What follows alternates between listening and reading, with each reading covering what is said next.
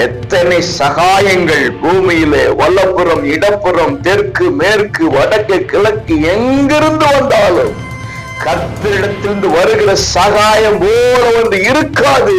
ஆகவே கர்த்தாவே நீரே எங்களுக்கு சகாயராக இரும் என்று சொல்ல வேண்டும். பிரியமானவர்களே, இயேசுவின் இன்ப நாமத்திலே மனதார வாழ்த்துகிறேன். நீங்கள் நன்றாய் இருக்கும்படி ஜெபிக்கிறேன்.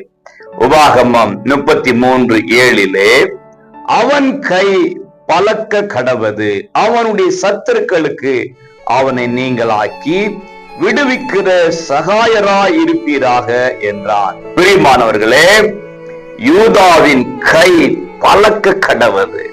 இன்றைக்கு சத்தத்தை கேட்கிற உங்களை பார்த்து சொல்லுகிறேன், நீங்கள் தளர்ந்து போயிருக்கலாம். நீங்கள் கிரியை செய்து செய்து செய்து பலன் அற்றவர்களாக இந்த சத்தத்தை கேட்டுக்கொண்டிருக்கலாம். அல்லது சத்துருக்களினால் வருகிற நிந்தை, பழிச்சொல், அவமானம், கண்ணீர்னால வாழ்க்கை கரைந்து கொண்டிருக்கலாம்.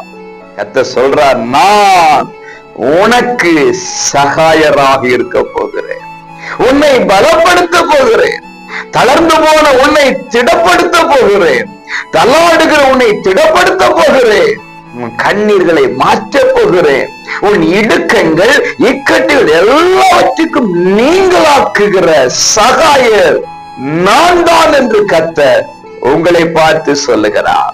இன்றைக்கு கர்த்தர் உங்களுக்கு சகாயராக இருக்க போகிறார். நீங்களாக்கப்பட போகிறீர்கள், விடுவிக்கப்பட போகிறீர்கள், கை பலப்பட போகிறது. ஆமென். இன்றைக்கே நடக்க போகிறது. பெற்றுக்கொள்ளுங்க. God bless you.